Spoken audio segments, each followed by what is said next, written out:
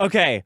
Um, so my wife and I were cruising Reddit. You know, we've got a newborn, so we're like sending videos to each other at 2 and 3 in the morning to pass the time of the baby sleeping on us.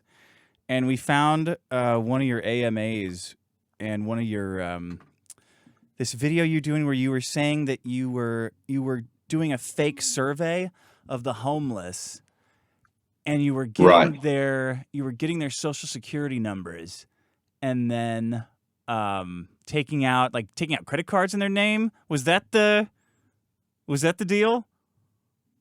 I mean, it was a little bit more than that. It was Yeah. more than just credit cards, but yeah. Well, that's what I found. So then I was like, wait a minute, what's going on here? Because this is great. So I went through, and one of your videos says you were the FBI's most wanted man, and there was like, what did I wrote That's it? not true. No, I don't know who posted that. But Yeah, here I can tell you how that happened. okay, What are we is this the interview? yeah, we're going. Yeah. Oh, okay. Well, so that actually happened because I did Danny Jones podcast, the first podcast I ever did, and I explained on the podcast that I was number one on the Secret Service's most wanted list. Yeah. And then when he posted the video, he said the FBI's most wanted fugitive or number one fugitive or something. And I was like, I called him up immediately. I was like, yo, when he posted, I said, hey, that's not true. It was Secret Service. And he goes, bro, it's YouTube. Nobody cares. It I doesn't matter. care. Nobody. That's the He first goes, thing I saw. Secret Service is so much more interesting. well, no, he said Yeah. nobody even knows that the Secret Service, like all they protect the president. He's like, nobody even knows they go after guys like you. And I was like, no, that's I don't think that's true. He said, bro, it doesn't matter, and it's already posted. And he's like, there's no YouTube police. He goes, it'll be fine. But everybody says that. Yeah, now everyone Now thinks that. all of them say that, and I'm like, look, I'm not saying I was wanted by the FBI. Yeah. I was definitely on like their wanted list, right, Yeah. of fugitives. But I wasn't like number one on the fugitive list. But I was number one on the Secret Service's most wanted list. Okay, so your bio is this is Matthew Cox, everyone. Check out his show. You're a con man. And you recently completed a lengthy prison sentence for a variety of bank fraud related charges. I love this part. On your bio, you say, and I'm 100% guilty of them all. Right. I was incarcerated at a federal correctional complex in Coleman, Florida. It's not a bad place as prisons go. Some inmates do their time in the recreation yard, walking the track and doing push-ups. Others learn to play an instrument. I spent my time in the institution's library writing my fellow inmates' stories. Sometimes it was a memoir. Other times it was a true crime. And as a result, I heard an outrageous amount of stories. That's crazy, man. What an interesting way to spend. How long were you in prison? Like 10 years? 9 years? 13 years. 13 years. What an interesting way to spend the time. Writing Yeah, I down mean, I everyone's wasn't. story. It's not like I want to take a horticulture class or something. Like I'm not a farmer. Yeah. So I'm not going to do anything. Like what am I going to do? I was just trying to figure out something I could do when I got out of prison that was not going to require me to work in the sun. Yeah. And so, yeah, it basically what you realize very quickly when you're incarcerated is that like there's just tons of these guys have these stories that are just amazing. And I heard by the time I decided to start writing, I was like, I'd probably heard 30 different stories that every one of them I was like, why is this not a movie? Yeah. Why isn't, but then you start to realize like this isn't a movie because these guys can't tell their stories. And I don't mean that in a bad way, because even when I wrote my memoir, it's very hard to write a story about yourself because you don't really see yourself the way you truly are. Yeah. Or the way other people see you. And you get emotional and you want to explain things and it becomes long-winded or you're just not a good storyteller in general. So I first wrote my memoir, and then I started writing other people's memoirs. I ended up writing a guy's memoir. You ever see the movie War Dogs? Yeah, with Was that Jonah Hill. Yeah, with Jonah Hill, where they're Yeah, taking they're doing they're gun running, right? They're taking correct. they're giving the lowest bid and then buying guns and then reselling them to the U.S. Yeah. government. Yeah, that's Did you write that? I wrote, so Ephraim Deveroli is the guy Jonah Hill plays. Yeah. He's Ephraim Deveroli. And I was in prison with him and I wrote his memoir.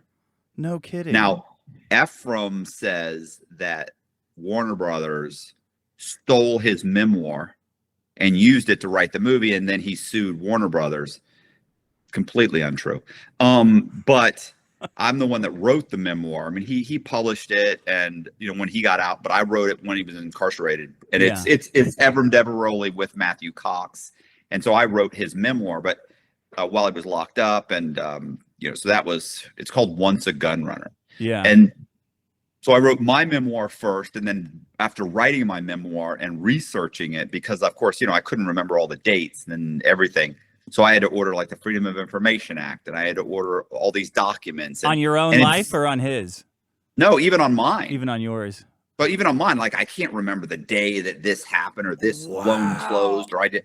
So I started requesting documents, and I figured out how the Freedom of Information Act works. And the great thing about this is that you would get your name called for a mail call. Yeah. And this is not going to make sense to you, but anybody that's ever been incarcerated that listens to your show is going to know how important this is.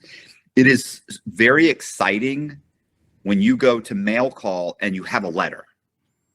Like anything is great because somebody remembers you, or you hear your name called. And so I would order these it was exciting in general. I'm ordering Freedom of Information Act, and I'm getting them in. I'm getting these reports in from the FBI and the Secret Service and the Florida Department of Law Enforcement and all these companies, and they're sending in stuff and these agencies, and I'm able to get transcripts. And so it allowed me a bunch of time to do research, to put together my outline, because of course, from a criminal's perspective, I don't know what law enforcement was doing. Dude, that's what I was going to ask. So you're getting Freedom of Information requests of them tracking you. You're getting you're basically watching like the movie from the good guy's point of view through your requests. You can read. Yes. Wow, that's Right. got to be crazy. And the other thing is, you're finding out, like, when did they get when did they find out about who came in and cooperated and told them about me, and then what did they do from there, and then the warrants, and who signed the warrants, and what did the warrants say, and you get to read the master affidavits and all these things that law enforcement write up. And going back a little bit, can you briefly explain what you did and what they got you for? Because I've got so many questions about the Freedom of Information Act stuff. Like, were there any surprises? Were you like this guy turned me in, or this is where I fucked up, or I could have got away with it? Well, sometimes it's you think you know what happened. Yeah. And then you find out, oh, that's not what happened at all. That's not who turned me in, or that's not who was chasing me down the street, or for whatever reason you find out, like, something happened, but you didn't really know how it happened, and so that it's exciting. But so here's how I ultimately got in trouble. You want me to give you like a 5-minute version? Well, I think the number I saw was you had taken like $60 million at one point. What was did you have a No, final? it's 50. It was 55. $55 million you stole. Right. Yeah. I mean, that's the simplest way to put it. Well, I was involved in $55 million worth of fraud. Is what they said. But basically, I owned a mortgage company. And when I say I owned a mortgage company in Florida, which meant that you had to take a weekend course, pass the course, and then you took the state test, passed the state test. And then for an extra $300, so now I became a mortgage broker, and I had to work for a brokerage business. Okay. But for an extra $300, I could become the brokerage business. So I like did nothing. work. So it's like nothing. It's nothing. Wow. Yeah. So I did work for, and that was at that. I don't know what it is now. Now it's $400. Yeah. Well, now they probably have, I'm sure, because of the Dodd-Frank Act, I'm sure they did something different, but it's probably still not that difficult. It's Florida. They'll license you pretty much for anything. Yeah. So what ended up happening was I went to work for somebody else for about a year, and then I started my own company. And in the course of just being a broker, I started committing fraud. And once I started my own company, you know, it was very important that we make money. And I was already making money, but I started hiring a bunch of guys. We basically turned it into a mill. Maybe 10 or 12 guys were just cranking out loans every month. And but eventually, after a year or so, I ended up getting in trouble. So people that used to work for me started their own business. They got in trouble for committing fraud. They ended up cooperating with the FBI. They wore a wire on me. I got in trouble with the FBI, and then I just took a plea deal, and I said I'll do get 3 years probation because I hadn't lost any money. They had lost like half. They lost like $500,000. What kind of fraud? What is fraud in the mortgage business that you guys are doing? Are you writing totally fraudulent loans? Or are you just like No. At this point, I'm doing stuff like, let's say you wanted to buy a house and you needed to make $60,000, but you only made, you know, 55,000. I would Right. change your W-2s and pay stubs to say you made 65,000. Oh, okay. Oh. So you qualify for the loan. Yeah. Now, Okay. You're thinking that's not that big of a deal, but what's happened is you now just borrowed $300,000 that you don't really qualify for, Yeah. and so that's 300,000 in fraud. That's the way they look at it. What year That's was the- that you were doing that? 1999, 2000. Oh, okay. So it's before the great financial crisis. Yeah, before the 2008 financial crisis. Yeah. So it seems like a lot So- of people might have been doing that. Yeah. Right. So Yeah. by 2001, I get indicted. Well, I don't get indicted. I actually just get charged. Okay. So I got charged. I waived the indictment because I was guilty, and they had a wire on. They had me. Had been wired or caught on a wire. So I ended up pleading guilty, and I got 3 years probation. But I couldn't be a mortgage broker anymore. Okay. And so as a result of that, you know, I would say, you know, when looking back, like I was deeply in debt, right? So when I say in debt, I mean, I was getting a divorce. You know, if you're carrying credit cards for $30,000 and you're making 200,000 plus a year, and keep in mind, this is 20 years ago. Yeah. Like that's not a big deal. But, you know, and you have like a couple car payments, and you got a couple houses, and we had like 55 rental units. My wife and we bought a ton of rental units because I could easily get the loans. So, and I'm in the middle of getting a divorce. And so, you know, my bills are 8,000 or 9,000. And like I said, that's 20 years ago. And now I don't have a job. Like I sold the business, but it's only, I basically financed it to somebody who's paying me. Yeah. Okay. So how do I make money? And what I always say I should have done was just like claim bankruptcy. Sure. I should have claimed bankruptcy, gone back to my parents' house. But, you know, at this point I was like 33 and just did not want to take a step backwards. And so what I did was I started committing a much larger fraud. And I decided I was going to kind of quasi start building houses and renovating houses, and maybe eventually open a development company, which is what the ultimate goal was. It, you know, it did happen, but not real. So what I decided I was going to do was start flipping houses in Ybor City, which is an area of Tampa. It's basically close to downtown Tampa. Yeah. And it's like saying it's like New Orleans, let's say 7th Avenue. It's the area of 7th, or what is it? No, 7th Avenue. What am I saying? We had a show Bourbon there Street. in Ybor. Let's say, oh, okay. So, you Yeah, know, it's like, let's say it's kind of like Bourbon Street. Right. Yeah. It's like a party. Like there's city. houses, and, you know, it's kind of a low income area. Yeah. And so I decided I'm going to start buying houses there. I'm going to renovate the houses and sell the houses, because you could buy houses for $50,000 there. Okay. Rehab, they might need 50,000 in rehab, but even if you put 50,000 in rehab, you could sell them for maybe 120, 130, maybe 140 or 50. But you then have to get people that qualified that will live in that area. Well, those people that live in lower income areas, they're not great borrowers.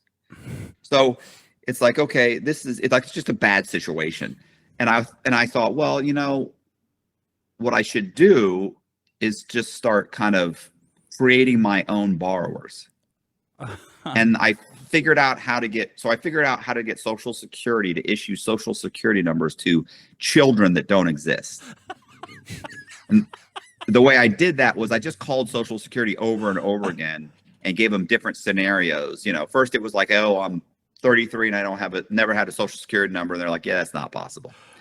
hang up, call back, give them another Yeah. scenario. I very quickly realized that you would have to be a child to Right. have not had a social security number. And then they wanted me to bring in my child, my 5-year-old child. So then I was like, okay, then I call back and I'm like, my kids, eventually they said, look, if your kid's under 12 months old, you have to bring them in. So I call Okay. back, I say, I got a 10-month-old kid.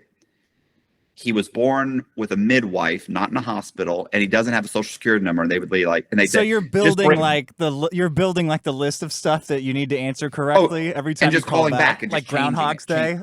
Like, oh Right. yeah, a midwife, and he's in a wheelchair. He's in an iron lung, so he can't come in. Okay. Right. So eventually they say, come in with a birth certificate for your child and a shot record. Okay. And I was able to make a birth certificate and a shot record. And then you After and then you have a like a fake person that can, right. Then they that you give can me do a whatever you social want with. security number. Once I get the social security number, I then go online and I apply for credit cards. I don't say he's a fucking 10-month-old kid. I say he's like 30, he's like 30, 33 years old. This is or a something. big jump from falsifying W-2s to qualify for mortgages to making fake people at the. It's all fraud. It's all fraud. I mean, it Still fraud. seems like if I knew somebody was doing the first one, I'd go like, you should stop that. But if I heard they were doing the second one, I'd be like, you're going to jail, dude. That's a real extreme crime that you're doing. Well, it gets worse because I started getting credit cards and then I built credit profiles. And then, of course, these people, I also was able to make W-2s and pay stubs. I would make fake companies, fake bank websites to cover their down payments. So that they would have website. There would be a website you could go to, like Southern Exchange Bank of Clarksville. There was a website. It would say that, I had fake bank statements. You could call in and somebody would verify the money in the bank. There is no bank. I just made it up. They would all call you and you'd answer the phone. Like you'd have different lines. Yes, for all these kind of. different Yeah, things? it would be me or somebody, one of my associates or Okay. something. So we had the Bank of Ybor. Keep in mind, these lenders are not in Florida. Like these are in California or New York or Right. or Chicago. So I start building these fake people and then I start having them buy properties. But what I realized was if you buy these properties in these fake people's names, then,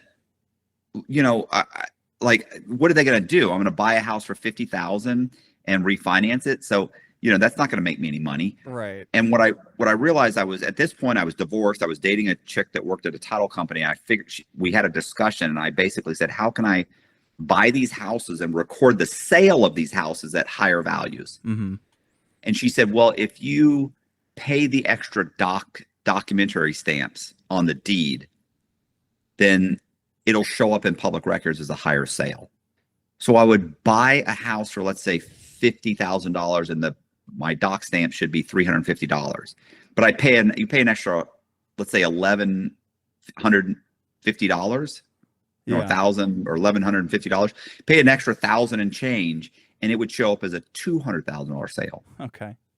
So if you buy 4 or 5 of these in one area within a few blocks of each other, the whole area shoots up through the roof. So over the course of 18 months or so, the FBI says did 109 of these transactions. Now that's not true. Okay. Was No, the that's real number not more? No, it was lower than that. I don't remember how many. I don't know if it was 60 or 70, but it was 100. I just think they put anything that I'd ever had anything to do with. They said was a part of this. But now, how much money are you making at this point? I would say off of these fake sales and flips and. Right. So each person that I made would buy 5, sometimes 6 houses. Yeah. For $50,000, record the value at 200, 220, 250, and then get like an 80% loan on the house. Okay. So let's say maybe 90%. Let's say they end up getting $180,000 loan or $170,000. I bought the house for $50,000. I might have put $10,000 in it. So I'm making $100,000. Each one of these people are worth between $500,000 and $600,000. Okay. So I'm refinancing the houses because as soon as I buy the house, it looks like so let's say that one of the guys' names is James Red. James Red buys a house for $50,000. We record the value at $200,000. Yeah. We then mow the yard, trim the trees, clean up the outside, have it painted. It looks good from the outside. I then get I get a real appraisal. Sure. But the appraiser comes in and he says, look, it's gutted inside. It needs $50,000 worth of work on the inside. I then retype the appraisal out. I get the appraisal software. I then redo the appraisal saying it's in perfect condition. And I send that to the lender. The lender now thinks, now a lot of the times I would just get the appraiser to do it because I knew the appraiser and I told him I was going to renovate it. And he'd say, okay, I believe you. You give him an extra couple $100 and he does it. Wow. And so all these, so I mean, that makes them an accomplice. Is that? Yes. Yeah. Okay. Are you like afraid of getting caught at this point? That's a shitload of loose I got caught a threads. bunch. Oh, you did? I got caught yeah. And Okay. I would just convince the lender to let me give him the money back. Oh, wow. They just let me give you the money back. Like I owe you $150,000 and I just let me cut you the check. Wow. And they would go, oh, we're going to call the FBI. Woo. And I was like, yeah, but you don't seem to understand. You think that your $150,000 loan is attached to a $200,000 piece of property. And they go, yep, that's right. And I go, no. No, it's attached to a property that's worth about $50,000. So they want their money back.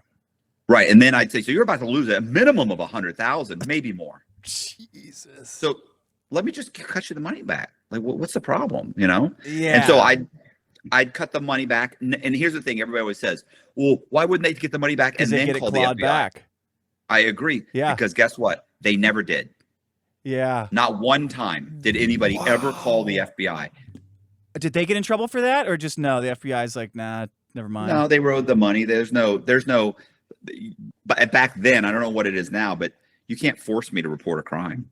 Well, they do, like with crypto stuff, especially when a big house, trading house goes under, they'll do clawbacks for anybody that withdrew, like within.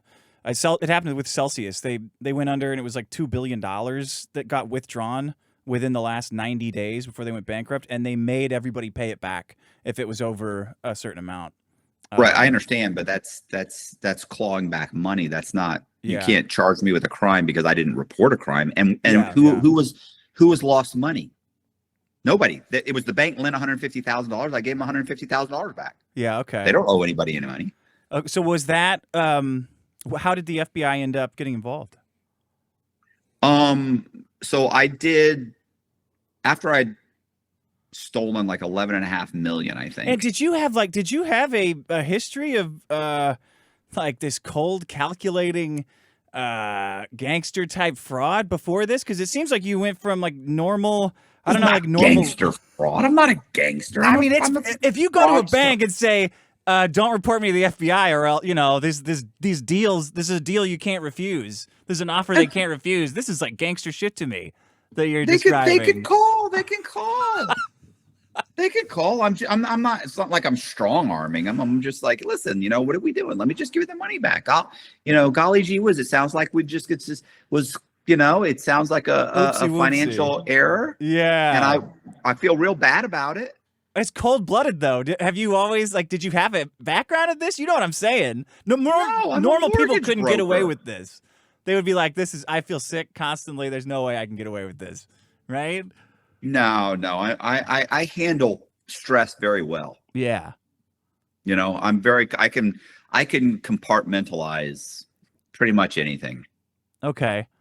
So, I probably, when I was single, I would have dated Casey Anthony. I mean, she seemed like she'd be a lot of fun. We're not having kids. Wait, is that the girl that killed her? What did she kill? Husband or kid? Her daughter. But I'm saying, I could have lunch with Stalin and Hitler. I mean, they probably have some great stories. They're probably interesting guys. I mean, I'm not. Hitler was probably all messed up, and he'd just start looping, telling the same story over and over again. He probably would, maybe, who knows, Probably wouldn't be fun. So, but it's like, I'm not a judgy person. Anyway, so what ended up happening was eventually I was doing this with other people, right? There are people helping me. Yeah. So one of my buddies who's pulling the same scam I'm pulling is in Orlando. I'm in Tampa, Florida. He's in Orlando. He gets arrested in a bank. Yeah. So he gets arrested, and I get him out on bond, and he very quickly starts working with the FBI. Working with the he works with the local task force. Sorry. Right. They start investigating me, and then one day I'm at work 3 or 4 months later, and a buddy of mine who's a sheriff's deputy, who I done probably $1 million, maybe $2 million worth of fraudulent mortgages for. He comes in he comes in my office, and in his sheriff's outfit, the deputy outfit, and he walks in. I'm like, "Hey, what's going on?" He's like, "Can I talk to you?" I'm like, "Yeah, what's up?" Yeah. And he goes, "Listen, man, because I used to date a woman that was on the Tampa Police Department." Okay. I'm like, okay. Oh, he did. Okay. Huh? He did. Yeah. Okay. And I said, okay. And he said, she came to my house today, and she told me she was recently on a task force that was just handed over to the FBI. I'm like, okay. He goes, yeah, it's on a mortgage fraud. I'm like, oh, okay. And he said, it's on you. And he said, and I'm already on probation. I'm on federal probation at that moment. So I'm like, okay. He goes, they're going to come arrest you. He goes, do you know somebody got arrested in Orlando? And I'm like, yeah, my buddy Travis. And he goes, okay, well, he said, he's been cooperating with the task force, and they're going to come arrest you. Yeah. I was like, oh shit. So I take off. I take off on the run. Oh, what was that? What did you like? Was it a panic? Like, did you pack what did you pack to go on the run? What was your plan? It took me about one day. It took me a day. I only had a day. Like, this is a Thursday at 4 o'clock. So I have one day to get out as much money as I could. Keep in mind, we probably had $1 million or so in the bank. Right. Not to mention we had about 100 parcels of land. So I'm buying vacant lots. I'm building new houses. So the money's coming in as quick as it's going out. But we probably had $1 million I could have gotten if I had a couple weeks. Yeah. So in one day I was able to get out about it's like 80,000. Arrested Development, like the fake developer and stuff. Have you ever seen that show, Arrested Development? Yes. Yeah. Yes. Like what was the name of that housing development? Sudden Acres. I think it reminds me of that. So I have about one day to get out. I get out about 80 grand in cash, and I take off. Sorry, I take off with my with the chick I was dating at the time. But does she know how much bad stuff you're up to, or does she just whatever, the money's good, whatever? Absolutely. No, she knew. She knew. And but I don't know what the deal was. Anyway, we took off, and we went to Atlanta, Georgia, and we rented a house in Alpharetta, Georgia, which is just outside of Atlanta. We rented a house from a guy named Michael Shanahan, and I created a fake ID for Michael Shanahan, and I went downtown and I satisfied the loan. There were 2 loans, I think, on his house. Okay. So I create what's called so let's say your house right now, let's say you have a house worth $500,000. You have a mortgage on it for, let's say, $500,000. Right. When you pay off that mortgage, the way that public records knows it was paid off is that the bank creates the bank creates a satisfaction of mortgage. It's a 1-page document notarized by somebody at the bank saying that the mortgage is paid off. Yeah. It's a little more complicated than that, but not much more. And it's filed with the county. And then the mortgage you have on your house, you can still see it, but it says it's been paid off. Right. Okay. So now you own your house free and clear. Right. So I create 2 satisfaction of mortgages for Michael Shanahan's house from Bank of America. I file both of them, and those mortgages on his house disappear. I'm now living in a house as Michael Shanahan, and that's completely paid off. It's worth a couple $100,000. Yeah. I call 3 hard money lenders, and I borrow $150,000 from each hard money lender at the same time. Okay. Why is that? Well, because I'm trying to borrow $400,000 something. Okay. Okay. And I can't borrow $400,000 on a $200,000 house. But if I go to 3 lenders at the same time and close each one of those loans at 3 different title companies, I can borrow the money. Okay. And that's what I do. I go to 3 different title companies. I get all the money. I get $400,000 because there's a bunch of fees and bullshit. And then I put that money, I open up a bunch of bank accounts. I put that money into a bunch of bank accounts, and I pull the money out in cash, and then I take off. So at this point, I'm I realized that I can't use these fake IDs that I'm making because I'm literally making the IDs. And if I get pulled over, that's not going to cut mustard. So what I decided to do is I have to start getting driver's licenses in people's names, like real people. Okay, like your fake, like your kids, or real No, actual people that exist. No, real people. Real So what I people. do Okay. is I decide who out there, like, you The know, I fucking could run an homeless. Okay, all right. right, the Yeah. homeless. So exactly. I start surveying the homeless. Ah, And once I get the homeless people's information, and that was pretty easy. I just made a statistical survey form, got myself a little clipboard. I made a little badge that said I was a statistical surveyor. And I went out and I offered $20 for a survey. And these guys would give me their name, date of birth, social security number, mother's maiden name, what high school they went to, whether they were in the military or they were receiving social security, disability, social security, or that's any type of diabolical, man. How did you assistance. think of that? Like, how did you? What's the moment in the movie where this is your stroke of genius? You're like, we got to use the homeless to get there. Like they actually exist, you know? So I first started by running ads in the newspaper for mortgages. So people would call in and I would take an application on them Yeah. because I knew they'd give me everything I needed to steal their identity. So with the exception of one thing, which is the county you were born in and what's your mother's maiden name. But it was just an extra question I had to ask them. I told for security purposes, I need these two, and they'd answer it. Right. But the problem is one of those guys that did get an ID in this one guy's name. He had a DUI. Okay. And so I remember thinking I could be driving around on this guy's driver's license. And what if he gets another DUI? Yeah. Like, what if I get arrested for driving on a suspended license or Right. something? And Right. I thought I need some people's information that aren't using their information. And the girl and I, we were talking about it at a stoplight. We just got off the interstate. We're at the stoplight. And she was like, who? She's like mental patients or like people are arrested, like people incarcerated. I was like, well, what if they have warrants?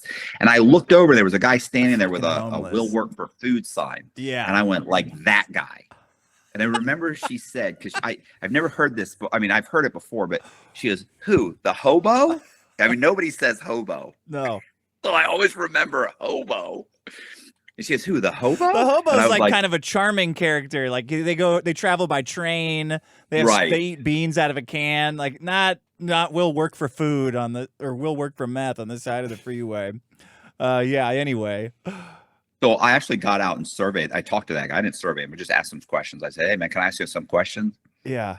I mean, he goes, well, what's this about, bro? I'm in the middle of something here. He's holding the sign. I'm at my job, bro. What are you doing? So I gave him like $20. And I said, hey, listen, man. I just started asking him questions. Like, I'm like, how long have you been homeless? Do you think you'll be gainfully employed anytime soon? Do you have any felonies? Do you have any, so I just started asking him questions, see if he was even a viable subject. And he was. Like, he wasn't on probation. He didn't have a criminal record. He'd been arrested a few times and done 20 days or 10 days or 30 days in jail. But he's like, but they're always misdemeanors. And it's always for something like urinating in public or something like that. He's being like, homeless. And they're not ever placed on probation because he says, we're not going to show up for fucking probation. They just keep us in jail for 10 days and give you time served. I'm like, okay. So anyway, I talked to him. And I asked him if he had a driver's license. I kind of assumed he'd have like a DUI or something. He said, no, it's just expired. I don't drive. Yeah. And I was like, okay. So I started thinking, oh, okay, perfect. So that's when I made the surveys and started going out and surveying homeless guys. Dude, that were about my age. It's so much deeper and more complicated than I thought when I first saw the viral thing, Oh, listen, Look, I mean, I not only did I got driver's licenses in these guys' names, because here's what I would do is I would go online. I'd run a criminal background check. Yeah. I'd order their birth certificates. I'd order a copy of their social security card. I would order a copy of their high school transcripts. Right. And these are all certified copies, by the way. Right. So I'm ordering a certified copy. I'd register to vote in their name. And then I just go into the local DMV, and this is as long as they didn't have a driver's license in that state. Sometimes I'd have to go a state over Okay. because I don't want their photo to show up. Right. So I would go in and I'd once I got all these documents, I'd go in. I'd say I just moved to the area, a few months ago, and I lost my license. And they go, okay, where have you had a license? And I'd say, oh, I've had a license in South Carolina. And they go, okay, and we're in North Carolina, and that's all they needed. And sometimes I'd even order a copy of their transcripts. Some of these From guys, high school, like from school. no, from high school, but also from their driver's license. Oh yeah, okay. So like I'd order their driving record, so I could go in, so I know what's going to come up. So I'd walk in there and look, sometimes they'd owe $600 or $500, so I'd have to pay that off. Listen, I paid. Are people still doing this? Like, is this something they can even shut down? No, you couldn't shut this down. No. How could you shut this? No. So, I get driver. How old are you? 45. I don't know if I could pass for. I could probably pass for 45. I think so. you Yeah, do. I drink get a a driver's lot, license. so I mean, I look pretty weathered. Well, then we'd be perfect. Once I get the driver's license, I would then apply for a passport, and I get a passport in their name. Oh my So god. This on is blowing fake my mind just because it's like it's always seemed like identity is so important. Like everyone's very protective of their identity and everyone is tracked when they do anything, but now you're telling me that you're just like kind of willy-nilly spawning a new identity on a basically an inexhaustible resource, which is the homeless. There's always new homeless. Yeah, listen, I have been to Greece, Italy, Croatia, Bermuda, Jamaica, and Mexico using fake passports. Oh, it was just for fun, or that was because you didn't want to get caught by the FBI? No, I'm traveling. I'm just, Right. I've got money. At this point, I got money. So listen, while I was on the run, I stole like $3.5 million. You stole? Well, defrauded, whatever. Defrauded, Yeah. right? Right. By doing with a new endeavor or with new stuff? No, with the same thing. I'm Same just thing. buying houses, satisfying the loans, and refinancing the houses. I'd buy a house for $250,000, borrow 5 or 6 mortgages on it, pull out $1 million, and then take off. Is that shut down, or do they still allow that? No, you can still do this. You could still do that. Wow. Listen, That's I work for a company right now. I'm a spokesman for a company right now that protects people from having their home stolen, from doing exactly what I did. From having their home stolen. That's what they call it. They call it title theft. Right, title theft. Okay. But I mean, you can't steal your house. I mean, you steal the title to your house. Your house is still there. So you're traveling the world and you're also doing fraud and you're making like $3 million. You got to be traveling like large. Are you? Well, I mean, partying and- fraud's not a full-time job. I mean, you have to do something, right? Like we're doing rock climbing and I'm still keep in mind I'm still flipping houses. I'm still buying old houses and fixing them up. So you're doing normal stuff too. Yeah, just stuff Yeah. I like to do. Like, if you had nothing to do, people think, "Oh, I travel that gets old." Yeah. You got to do something. Like I'm kind of a busybody. Like I'm always kind of doing something, right? Like I'm painting murals or I'm writing books or I'm rehabbing houses. Like I'm doing something. Now, when you're in jail and when you're in prison and you're getting the Freedom of Information Act requests, are they tracking you during this time? Does the FBI know where you are during this time? Are they tracking you overseas? No. No, Okay. they have no idea where I am. They don't know until it takes about 3 years before one day they get a tip Wow.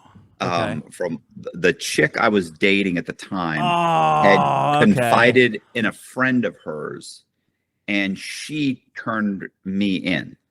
Oh wow. Why? Just for a reward. They gave her like 10 grand. That's brutal. That's right. She did the right thing. So yeah. Oh yeah. Right. I ended up I went to prison. And then, while I was in prison, that's when. So I'll tell you the kinds of things that I found out. Wait, did they like kick? How did they arrest you? Did they kick your door down? Was it sudden, or did they? No, did you know? I had like a robbery at my house, Okay. and the police, and I had it on video, and so the police called me up and said, "Hey, we'd like to send somebody over to your house to get the video. Are you there? And I said, no. And they said, could you meet us there? I said, no problem. Of course, the Secret Service was there.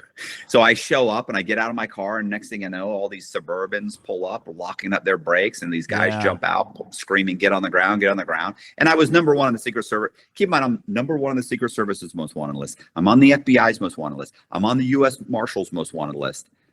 And I there at this point, they're probably dude, and you're just rock climbing. Like, I'm on the number one on the most wanted list, and I'm rock climbing in Greece and flipping houses. Right. Yeah, and I'm what else? 40. Let's see. There had been about 40 articles on me. I had been in Fortune magazine. I'd been in Bloomberg Business Week. Had done 2 articles. Yeah. So there's all these, like this was like a big deal, and Dateline was about to come out with a 1 hour special on me. Sure. So it's big time. So they lock up, and keep in mind too, on the run, like I've had plastic surgery. I had a nose job. I had my teeth done. I had a mini facelift. I had liposuction. Did I say nose job? To look different, or because you wanted like new teeth? Like, is it all? No, but I mean, everybody needs improvement. And then I had 2 hair transplants. Yeah. But I don't know if you could see me. Like, I have a great head of hair for being 50-something years old. I'm 56 years old. I mean, you look great. Yeah. So, did you ever think of going in blackface as a disguise? No, I did not. Never once occurred to me. But I will make sure to mention that next time somebody else says, I stopped just shy of blackface. Yeah. I didn't know if I could pull it off, though. So then you could talk, get a whole voice, get a whole character going, right? Yeah, well, I mean, I think the moment you got me naked, you realize, oh, he's a white guy. So, were they pissed at you? Was the Secret Service like, were they throwing you around? Because they've been looking for you for some time now, right? No, the Secret Service was very professional. Yeah, they were very professional. The most unprofessional people I dealt with were the probably the FBI. Oh, okay. Yeah, they were more like street cops, more thuggish. But the Secret Service was very professional. Okay. So anyway, I go to prison, I'm guilty. I plead guilty, and keep in mind, by the time I plead guilty, like it's late. By the time I'm sentenced, it's late 2007. And people always say the 2008 financial crisis. Well, that's when TARP was passed. Yeah. But in 2007 is really when it started. Yeah, I remember. So by the time I'm in front of a judge, every newspaper for the last 6 months has been nothing about mortgage fraud. You mean has been only mortgage fraud, or not? What? When you get there, you mean they've been talking about mortgage fraud all the time, or? I'm saying by the time I'm in front of the judge at the end of 2007, yeah, for the last 6 months in the newspaper, they've been covering mortgage fraud, the mortgage meltdown. So they hate fraud, you. They're like, right. They hate me. Oh, wow. Yeah. Anyway, I get sentenced. Ultimately I end up doing like 13 years, but I end up going to prison. Right. So I was sentenced to much more than I was sentenced to 26 years. Oh my God. But and you stole bank money, right? Did you steal people's money too? Exactly. Or was it all bank money? No, it was all bank money. Well, no, that's not true. No. So some of the people that like the guy, remember I told you I rented his house? Yeah. Like he hired an attorney to fix what I did, and it cost him $6,000. Okay. Yeah. So if you add up all of my victims, it's 4 victims, and the total of what I owe all of them is roughly $30,000. So, and so you have to look at, here's the thing. It's like one of these guys is a CPA. He owns a CPA firm. One of them is a lender. He's a hard money lender. One was a doctor. What was the other guy? I think the other guy. That's a little bad. That's a little bad guy. The other guy's like a lawyer. So we're talking about like I'm not brokenhearted. Yeah. So ultimately I go to prison, and that's when I went to prison. That's when I started doing the Freedom of Information Act. Yeah.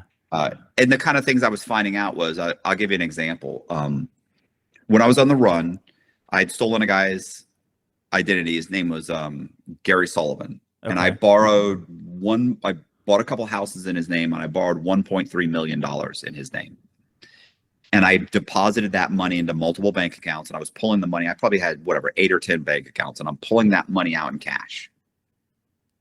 Well, one day I'm in there trying to get out like nothing, like $4,000. Like I'm just at the counter. Yeah. And keep in mind, I have an ID in his name in South Carolina. Like I have an ID, I have Social Security card, I have multiple credit cards, everything. So 2 deputies walk up behind me and grab me and put me in handcuffs.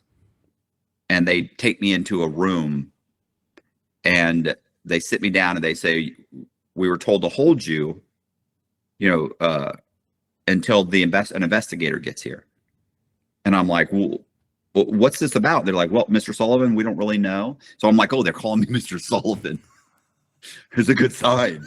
So I'm like, oh, okay. And they're like, yeah, we don't really know. We were just told to detain you till the investigator gets here. So the investigator shows up and he says, yeah, listen, there was a bank in that area. That was South Carolina. It was Wachovia. I don't know if you've ever heard. Yeah, I know Wachovia. Okay. So they were like, yeah, Wachovia says, so the guy walks in, he says, Wachovia says that you're running like a scam or something. You borrowed 3 mortgages on a piece of property. And I remember I looked at him and I go, is that illegal? And he goes, and the cop goes, I don't know. And I remember thinking right then, I'm walking out of here.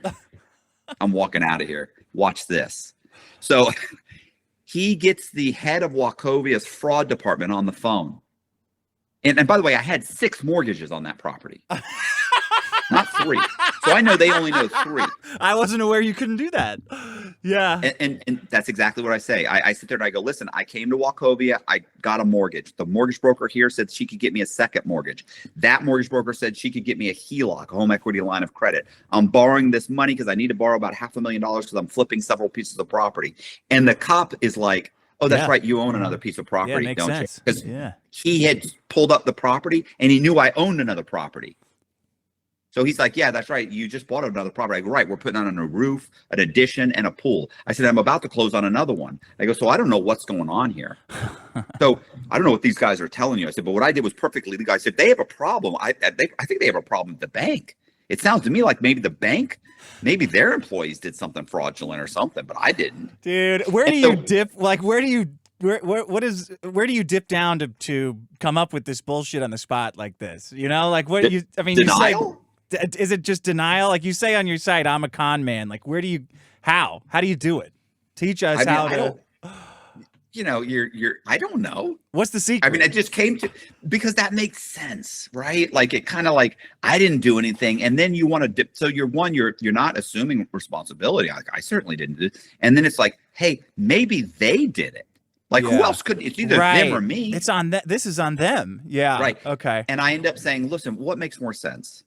That some loan officers, did something to make a loan fee or something, a commission, or some guy that works for a labor company, and I had a business card on me, boom, labor on demand, had my name, site manager, everything. I said, or that the guy who works for a labor company, convinced 3 banks to lend him $500,000. Like, come on, bro, I wouldn't know how to do this if I tried. And the guy is literally telling the guy from Wachovia, and he's not on speaker, he's on regular phone. He's like, yeah, I don't think that this guy, I don't think he has anything to do with it. I think you have a problem at the bank. Yeah. And they're screaming. This guy's screaming at him. That's not true. And here's where he really fucked up. He really fucks up when he says, am I allowed to cuss? Yeah. Oh, yeah. Yeah. Oh, sorry. He really messed up when he says, the Wachovia guy goes, look at his ID. Now, keep in mind, I have a real ID issued by the state of South Carolina in the name Gary Sullivan. He says, look at his ID. It's a fake ID. It starts with 000. This guy's from California. The fuck does he know what an ID looks like in South Carolina? Cops just love being told how to do their job too. Exactly. They fucking love it. And here's what the cop says. He goes, no, this is Gary Sullivan. He said, our IDs do start with 000. I ran him through NCIC. It's him. And And I lean over to the cop and I go, "Oh, now I'm not Gary Sullivan." I go, "Bro, what are we doing here?" This fucking guy. And he California, am I goes, right? "Oh, listen, the cop," because the cop is like, he's like, "I know, Gary. I know. I know, Gary. I know." So he ends up hanging up with the guy. He tells the guy from Wachovia, "Look, we don't have a formal complaint. I need to talk to our district attorney. We don't really need to know what to charge this guy with. You haven't actually formally made a complaint yet. Let me talk to the district attorney. I'll get back with you." Hangs up the phone and says, "Gary, I'm going to need you to follow me back to the police station." He lets me drive my car back to the police station, fill out a police report, and leave the police station.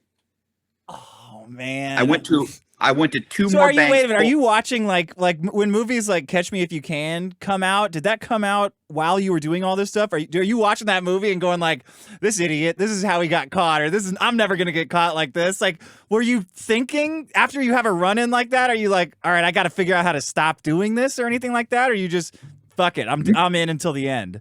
No, I mean, bro, I'm wanted. I mean, I'm. What am I going to do? I don't what know. am I going to say? Like, "Oh, leave the I'm all country good"? and like set up permanently in somewhere? I don't know. Did that ever cross your mind? Look, like what? Go to. If I show up with a couple $1 million in Mexico, like the cops will take it from you. That's You don't even have to worry true. about the criminals. Yeah, that's So, true. It's not like, and keep in mind, where can I really go? Ultimately, I was planning on going to Australia because Australia at Okay. the time, if you showed up to Australia with like $100,000 and a business plan, they would allow you to become what's called a permanent resident alien, and you were allowed to open a business but not work or vote. Okay. But you could open property. I mean, you could own property. So I kind of thought, hey, I could show up there with 2 or 3 million. So and the other thing, what was great was, unless you were applying for citizenship, they didn't require a background check through Australia. If you're a permanent resident alien, you showed up with your police report, Yeah. no fingerprint card. So all I had to do was bring them a printout of my criminal record. Dude, you know so much. It's crazy listening to you detail like all these exploits. Loopholes? Yeah, Yeah. loopholes. Right. It's Because really I was thinking, wild. well, I was thinking, hey, like I could go to Australia and and keep in mind too, I'm not going as Matt Cox. I Right. have a passport in the name of a guy named, I think his name is Walter Holcomb. So I would be going there as Walter Holcomb with Walter Holcomb's criminal record, which was nothing. It was some misdemeanors Yeah. for like being intoxicated in public. Like it was nothing. And they would, and I keep in mind, you have to call, like we called like the Australian embassy. We called all these places to find out. So that's towards the end, I'm pulling out money because I know Dateline is coming out. Okay. So we know Dateline's about to come out. So I figure, fuck it, I'll go to Australia. And so I'm pulling out money. We're going to go to Australia. And that's when I get caught and go to prison. Okay. But wait a second. Here's what I was going to tell Does you. your girlfriend stay with you when you go to prison? Is she? No, of course not. I think I got a letter. Oh, that's nice. So here's what I was going to mention was, remember I told you I got caught in South Carolina, but they let me go? Yeah. I then was in North Carolina because I was living in Charlotte at the time. Mm-hmm. You know, I'm bouncing around, right? Like I go to from Atlanta to South Carolina to Charlotte, South Carolina to Nashville. Well, when I'm still in Charlotte, so I go straight to Charlotte, but I know they're going to track me back there. I was actually in a Starbucks getting a coffee, and I see 2 people from my apartment complex. Okay. And keep in mind, I'm about to leave town. I'm leaving town. Wow. So I'm just getting a coffee for the road. Oh. And they have this frantic conversation where one of them leaves the Starbucks, and I wait and I get my coffee, and he gets his coffee first and stands there. Then I get my coffee. He's got like a tray of coffees. He follows me out. I get in my car. I put my coffee down. I start the car, put on my seatbelt. I'm looking through this is back when they had the CDs or DVDs. Yeah. Yeah, CDs. So I'm kind of flipping through the CDs, trying to find a good, something really listen. Like I'm not in a hurry. This guy's standing there staring at me on the sidewalk, and I'm thinking, you know what I was thinking about? I hadn't paid my rent yet because I knew I was leaving. So I'm not going to pay a couple $1,000s in rent when I'm leaving. So this is like the fourth. Yeah. So I'm thinking, did they just put like a late notice on my door? Like, why is this guy? And so all of a sudden, I'm basically ready to go, right? I'm leaving. Yeah. I'm about to get on the road and just start and head towards Nashville. All of a sudden, this guy starts screaming, "He's right here! He's right here!" And I look in the rearview mirror. There's two people running towards the back of my car, and I in like suits, right? And I just punch it. So at that time, I remember thinking that's got to be like the FBI or the Secret Service. Yeah. And what's But your when plan with the punch it? Are you gonna drive to Mexico? Like, what is your? Are you gonna No, Grand I Theft just drove. Auto it? I drove. I'll be honest with you. When I punched it, I drove about half a mile to a mile down the road to a homeless shelter, saw 3 white guys in the parking lot, and I pulled over and surveyed them. You're gonna make a new identity. Of course, I got to get new. I know they're looking for the car. They were just chasing the car. They got the plate. They were just at my apartment complex. So I know they followed from where I was, the police station. Somehow or another, they tracked back. The car I was driving was a car that was registered in North Carolina, and the address was where I was living. So that's why I was leaving town. Yeah. I just didn't know they were going to get there that quick. Yeah. Okay. This is only a few days. This is maybe 5 days later, 6 days late. Well, maybe 4 or 5 days later. So I take off. That's why I take off. I'm still going to, but I know they're the looking homeless for me. shelter. I gotta go recharge and get a new identity at the homeless Got to get me some new shelter, identities. bro. I survey 3 guys. I get their identities. I go to Nashville. I'm in Nashville I'll bet you I was completely reestablished in Nashville within, I want to say 4 days, 5 days. Wow, okay. Like Like is new how security, quickly new social security, new driver's license, everything. everything. Okay. So what I did was I stayed one night in a hotel. I then drove and got an apartment the next day in the name of, Joseph Carter Jr. I mean, your And I remember- memory is like insane too. The way that you remember all these fake IDs that you were getting. I mean, it's like a big deal to you, but it's incredible. Your recollection is just amazing. I usually have, I do happen for this. I mean, in this case, I happen to have a good, I typically feel like I have a horrible, memory, but, so Joseph Carter, I rent an apartment. I then drive my car back to Nashville. Well, keep in mind, as soon as I get the apartment, I order these guys, birth certificates, and I pay. You could pay to get it expedited. So I pay to get it expedited. Dude, I want to get some homeless people's identities. I just want to go do this now. So- I know you're not supposed to, but I just want to try it, and not do anything with it, but I want to try it. Well, so by the time I drop the car back off in Nashville, back in Charlotte and get back to Nashville, within a day or so, everything's arriving around 5 days, let's say 6 days. I then take those documents, I go straight to the DMV, and I get a driver's license. Okay. I now have an apartment with electric, water, furniture, table,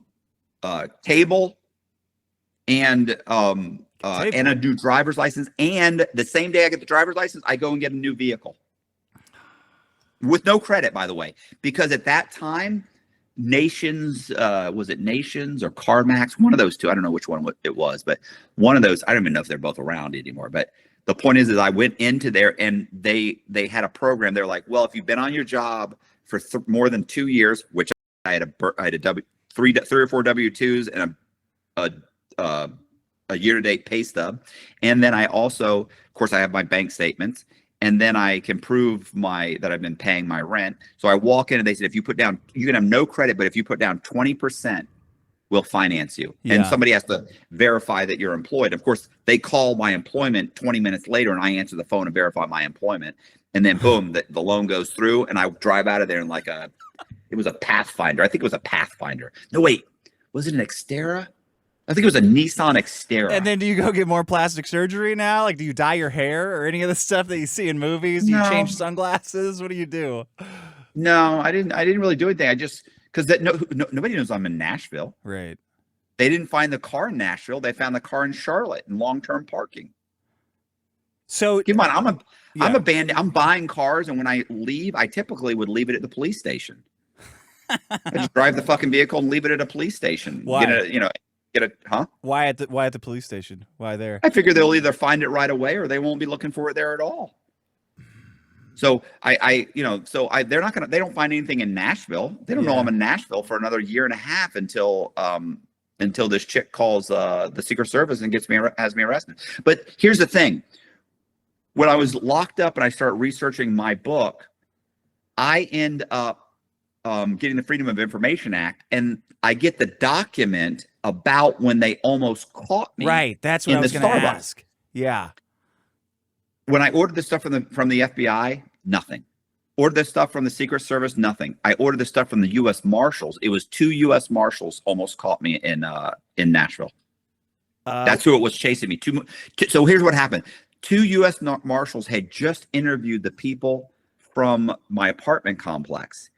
They went across the street to get coffee, saw me, and the woman comes running back in and she goes, "He's right across the street at the Starbucks." They then run over to the Starbucks. I'm already in my vehicle and I take off and I leave him standing in the street. Wow.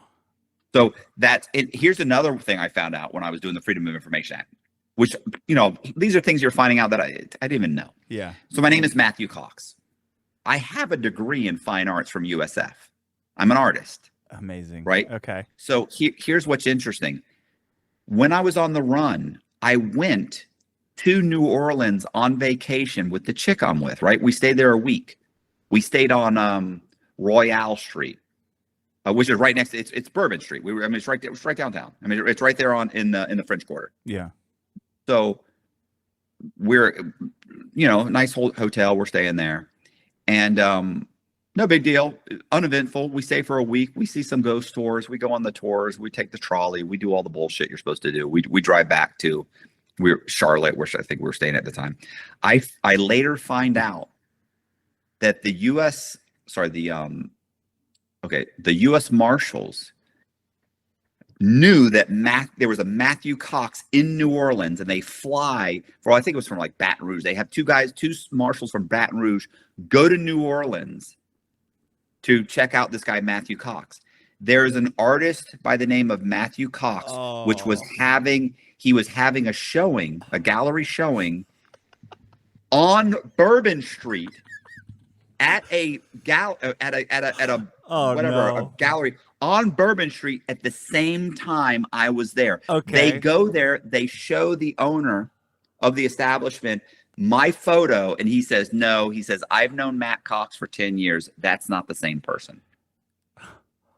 But we were both there at the same time. Like, those are things like I didn't know that, but it was like, wow, all right, what a coincidence. That would be creepy, man. Going through all these reports, like of tracking you for years and piecing together their side of it.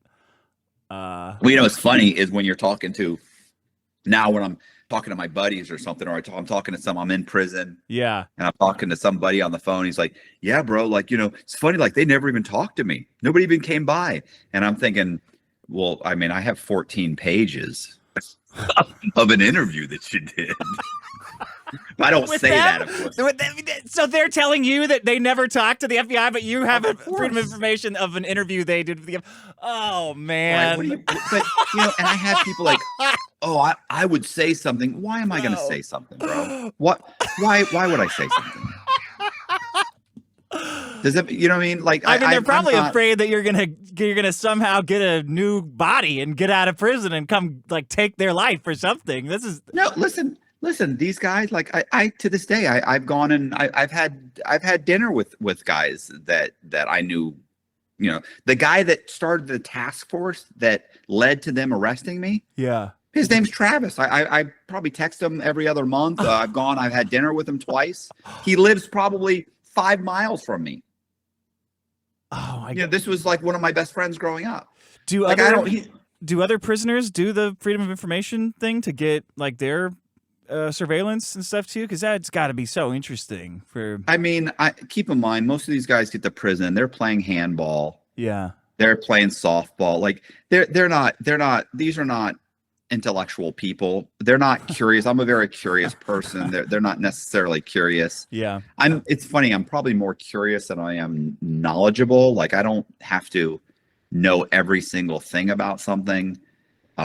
to have my curiosity satisfied. But for example, but I was researching, my book, and I wanted to make sure that everything was accurate as I could be. Like, I don't remember the name of certain people, but you're hoping that you're going to get these documents. They're going to say the name of the person. And so, okay, great. I'd love to know the name of the officer that came and questioned me. Yeah.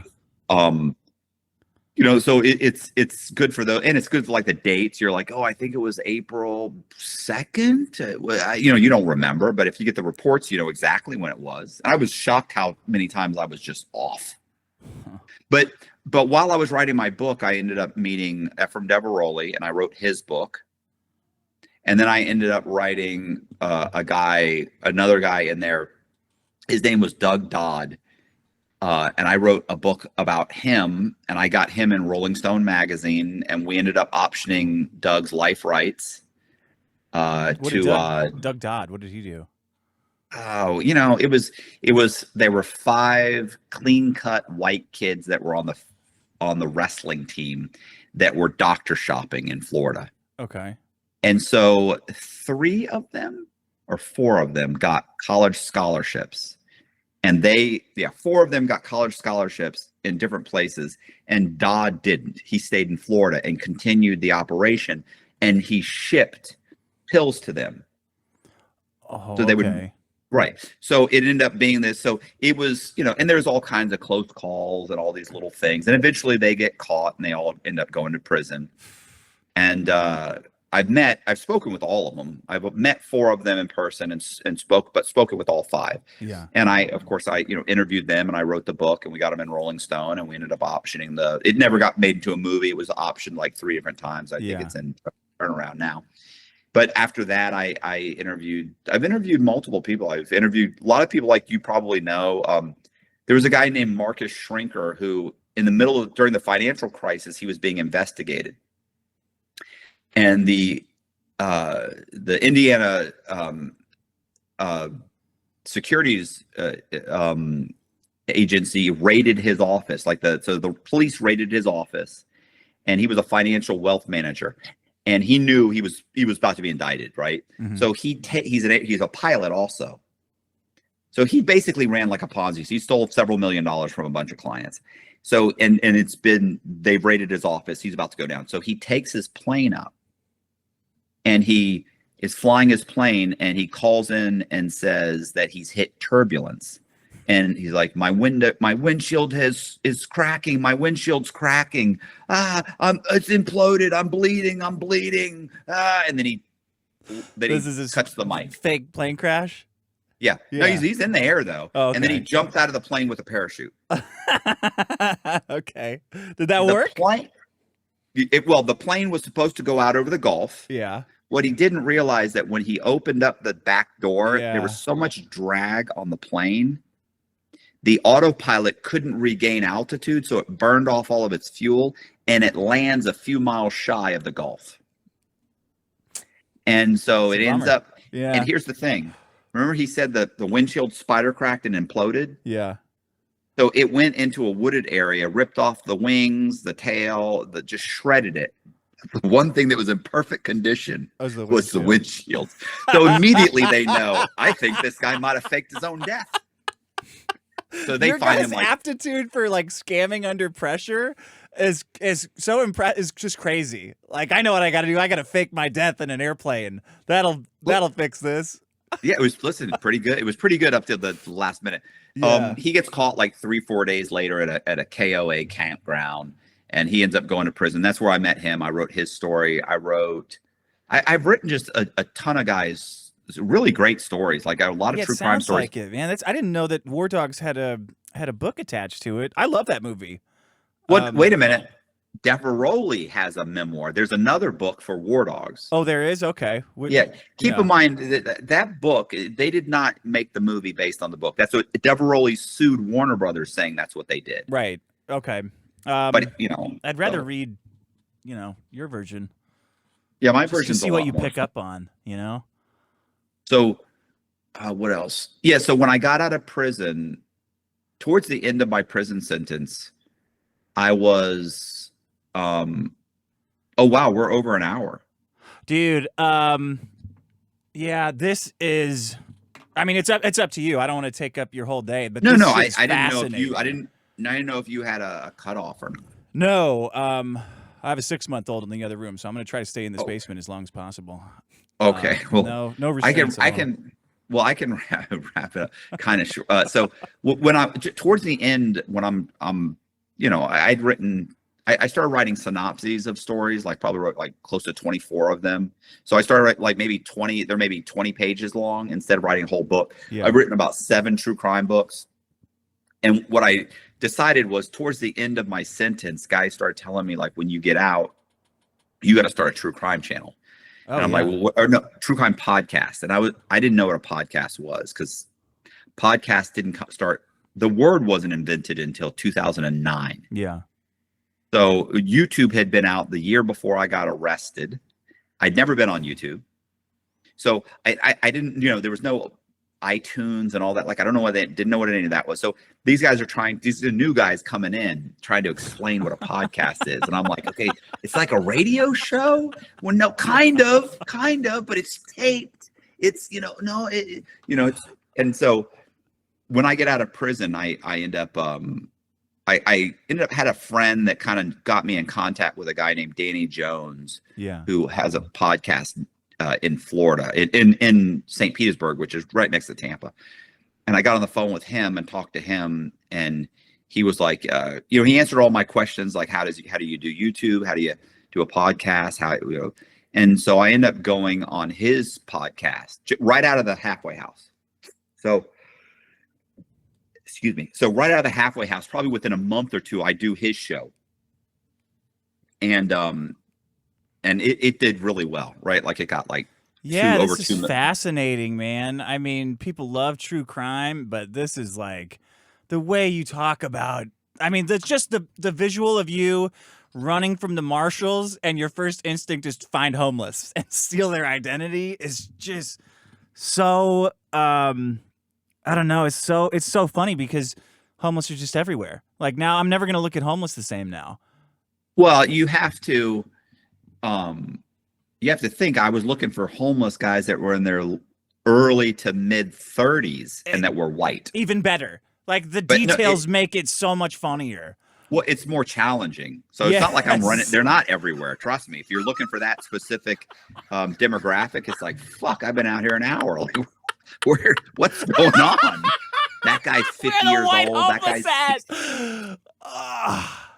yeah. But then you find one, and it's so funny because I'd be interviewing him. Yeah. Yeah, I'd be like, oh, this guy's perfect. He's perfect. Listen, some of these guys, I remember this one, that guy, Gary Sullivan, he had like 20,000 in medical collections I paid off. Oh, yeah, okay. I'm fixing their credit.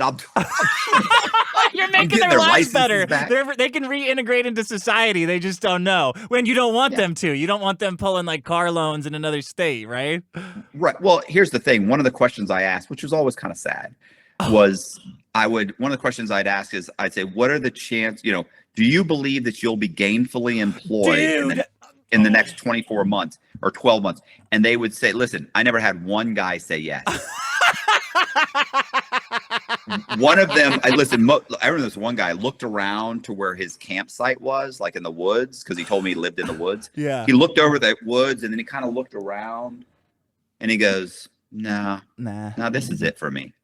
And I remember thinking, oh, that's so sad. But you don't have a criminal record.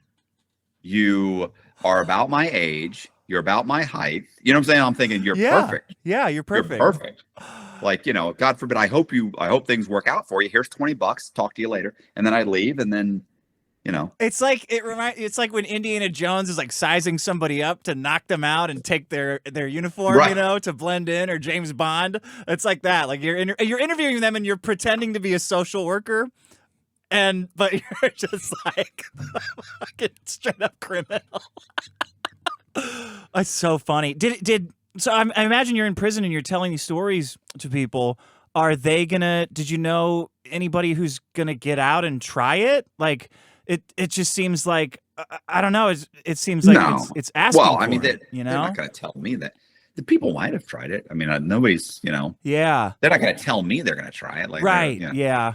I mean, I don't know. I always think like, oh, they're asking too many questions about it or something. Like anything like that. Like me, I'm asking too many questions about it. Well, what's funny is how many people I've interviewed that have done similar things like that. Like I met a girl who I did interviewed a woman who had done what's called the tax scam, Okay. and they actually called her the queen of the tax scam. And do you know what the tax scam is? No, I mean taxes. Okay. That's I assume are the tax scam, but no. Right. So it's when you go and you file. So what people don't realize is that if I get somebody's social security number who has never filed who hasn't filed taxes, and I say that they're a W-2 employee and they made 85,000 last year, they paid in 17,000 to taxes, and the IRS owes me a rebate or a tax refund of $6,000 or $8,000, and I filed taxes for that person. They've never worked at Walmart, by the way. Right. The IRS automatically pays you. Oh, the IRS pays you because you said you paid them? So if I take, let's say I steal someone's identity. Let's say I steal somebody's identity who hasn't filed taxes in years. Okay. Yeah. And I file for them.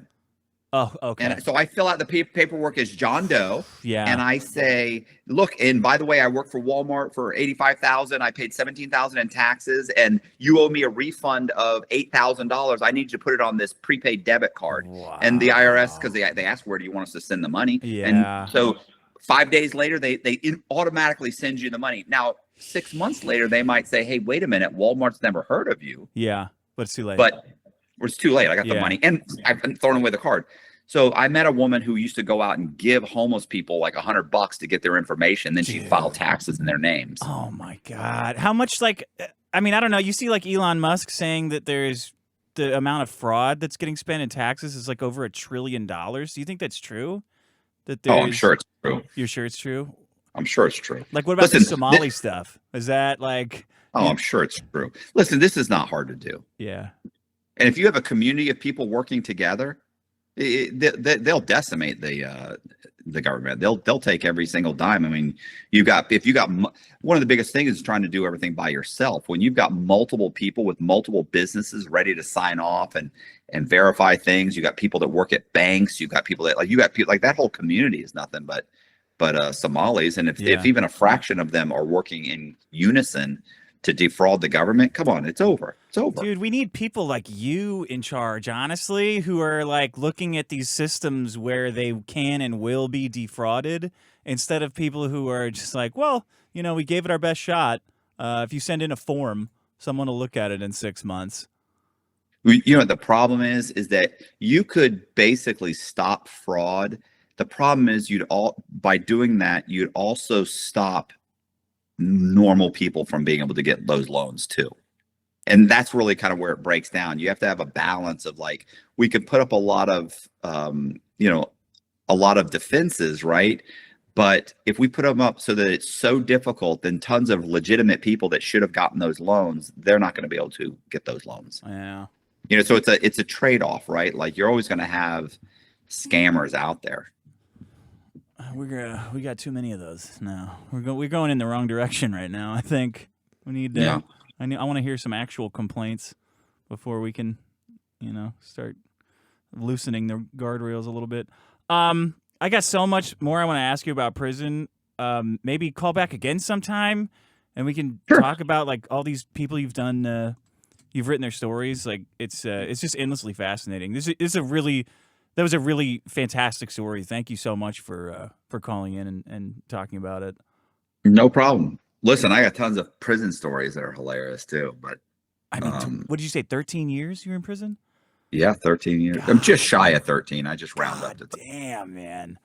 And you're cured. You're straight. No, I'm all better now. I do YouTube. You're all better now. Was there a year when you in prison where you're like, okay, I'm cured now? I'm not doing that again. I mean, honestly, when I was getting out, like guys were like, what are you going to do? I was like, I'm going to get out. I'm going to bust my ass for about a year. And if in a year from now, I'm riding the bus and I could barely pay my bills, I'm going to commit a massive, massive fraud and leave the United States because that's where I fucked up last time. But luckily it didn't come to that.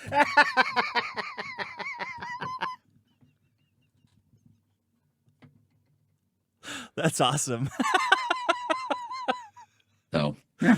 What's your book? I gotta go buy it right away. And what's your YouTube channel? I mean, give us all the details, please. Yeah, I was gonna say my book is Shark in the Housing Pool. Okay. It's Matthew Cox, Shark in the Housing Pool. I don't think there's anybody else that has Shark in the Housing Pool. And then my YouTube channel it's Matthew Cox Inside True Crime. Okay. Matthew Cox. So, and I'd say within a month from now, we're about a month away from being at 1 million subscribers on YouTube. That's awesome, man. Congratulations. Yeah, we're really kind of in the algorithm at this point. Yeah. People love true crime. You're right. You're right in the middle of it. When are you releasing this? I'll probably release it today. I'll put it out. Oh, real? Because listen to this. We just released a video of a chick that was doing credit card fraud, $20 million in credit card fraud. Jesus. And we released it today. Like, I mean, do you do YouTube? No, I got kicked off for making fun of fat women. Oh, that's right. Yeah. The fatties. They hate that. Yeah. That's right. Because I know I something came across my on Instagram about fat chicks on Instagram. I almost sent you the reel. But I thought, we're not that close. We're like, that. I'll always take fat chick stuff, man. I mean, we're that close. Send it over. I thought, I don't know if I should send that to him. Anyway, this video, it's this chick that was doing credit card fraud, and if you hear the way she was doing credit card fraud, it's over. Like it's very simple. Like you can't believe it. You're like, that can't work. Listen, she did, I forget what she did, 9 years or something. Like she did a ton of, it was 20 million in fraud. It's a great story. Anyway, you might want to check that out.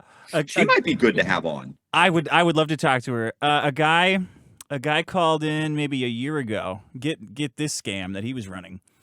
He would pretend to be a little boy online, and then when pedophiles would meet up with him, he would threaten to kick their ass and take them to an ATM to withdraw the max, and then just keep the money. Very low, very low tech. Not very sophisticated scam. But he was very proud of himself when he called in. See, I'd interview him. If he could talk about that for over an hour. I think he's in jail right now. It eventually backfired caught up with him. Yeah. I forget how. Robbery. Oh, that's okay. Are we? Yeah, we're done. Thank you, man. Thanks a lot. Yeah. Have a great day. Thank you. All right, thanks. Thank you. See you.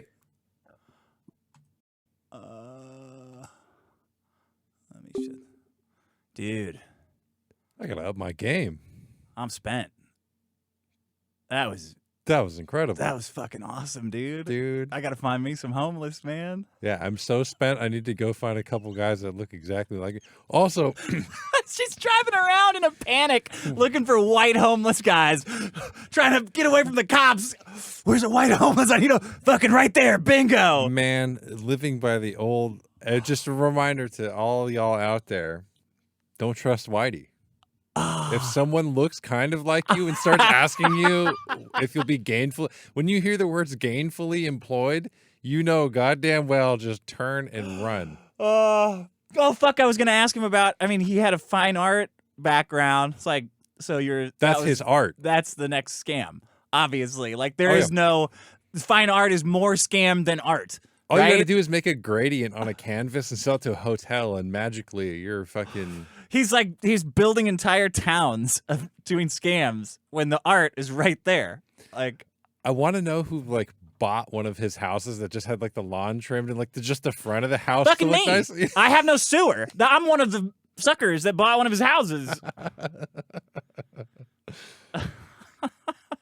Matthew Cox. That guy's awesome. If I don't, I'm going to get out and try to go straight. And if I can't go straight, I'm going to do a massive crime. He has that same, matter of factness and carefree demeanor as the PI guy from Nathan For You. Yeah. He's like, what? You want me to find you? What? He's like, when he's like, gangster, come on. And it's no, I don't know anyone who's got the fucking stones to go to the bank. It's what if I just give you your money back and you don't call the FBI? Yeah.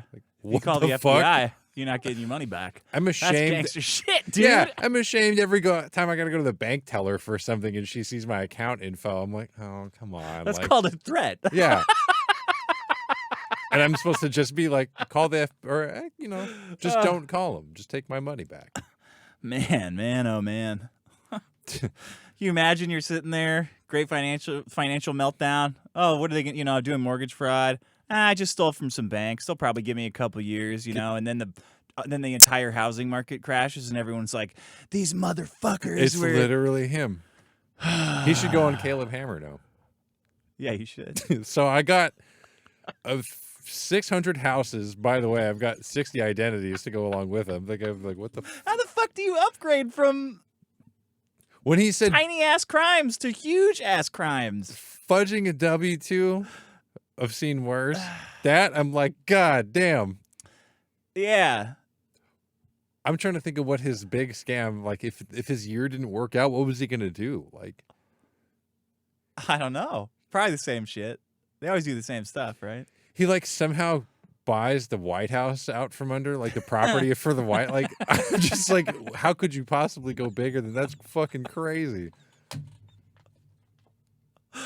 Well, I did what was it? The I certificate. thought he was just ripping off homeless. You know? Dude, he's When I saw that shit, I was like, oh, yeah, that's funny. Get credit cards to homeless and run it up. more than funny. He's like the Bro, greatest fucking comedian ever. Like, holy shit. You're doing fucking That's big-ass like crimes. like, Fuck. Wow. yeah. I'm used to all this little shit. That's like, oh man. That's a big fucking crime. That's like, you got to have stones for that one. Yeah. Telling the opposite, what? I'm not Gary. So You believe this that's asshole? fucking crazy.